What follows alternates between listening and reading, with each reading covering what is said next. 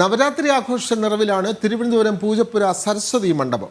വാഗ്ദേവതയുടെ അനുഗ്രഹം തേടി ആയിരങ്ങളാണ് മണ്ഡപത്തിലേക്ക് എത്തുന്നത്. സരസ്വതി മണ്ഡപത്തിലെ ഇനിയുള്ള 11 നാളുകൾ കലാസമൃദ്ധമാകും.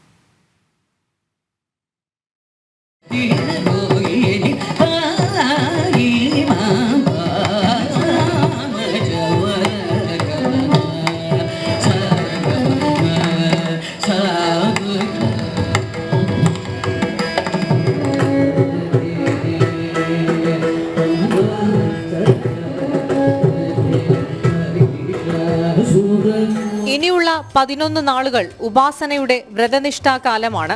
വിദ്യയുടെയും കലയുടെയും പുനരുദ്ധാരണം നടക്കേണ്ട കാലം. സംഗീത സാന്ദ്രമാണ് പൂജപ്പുര സരസ്വതി മണ്ഡപത്തിലെ സന്ധ്യകൾ. നവരാത്രിയെ ശാസ്ത്രീയ സംഗീതത്തോട് ചേർത്ത് ശ്രുതിയിട്ടത് സ്വാതി തിരുനാൾ മഹാരാജാവാണ്.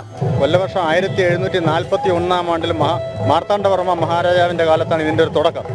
അത് കഴിഞ്ഞ് 1841 സ്വാതി തിരുനാൾ മഹാരാജാവിന്റെ കാലത്താണ് ഈ കച്ചേരി, പ്രത്യേകിച്ച് നമ്മുടെ പത്മനാഭപുരം കൊട്ടാരത്തിൽ നിന്നും സരസ്വതി ദേവിയെ ഇവിടെ ആനയിച്ച്, ഇവിടെയല്ല കോട്ടയ്ക്കകത്ത് ആനയിച്ചിട്ട് കുമാരസ്വാമി ഇവിടെ കൊണ്ടിരുത്തി പൂജാവിധി പ്രകാരം അഭിഷേകം ചെയ്ത് യാത്രയാക്കുന്ന ഒരു ചടങ്ങാണ്. അതിനോടനുബന്ധിച്ച് 10 ദിവസം ഇവിടെ സംഗീത കച്ചേരി അവതരിപ്പിക്കുമായിരുന്നു.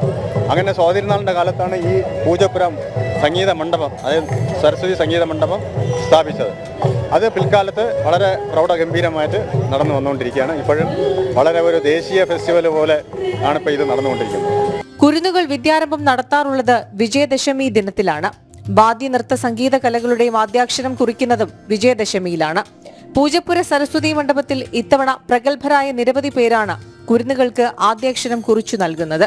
പൂജപ്പുരയിലെ നവരാത്രി ആഘോഷങ്ങളുടെ ഭാഗമായുള്ള ദീപാലങ്കാരവും കാഴ്ചക്കാർക്ക് വ്യത്യസ്താനുഭവം നൽകുന്നു.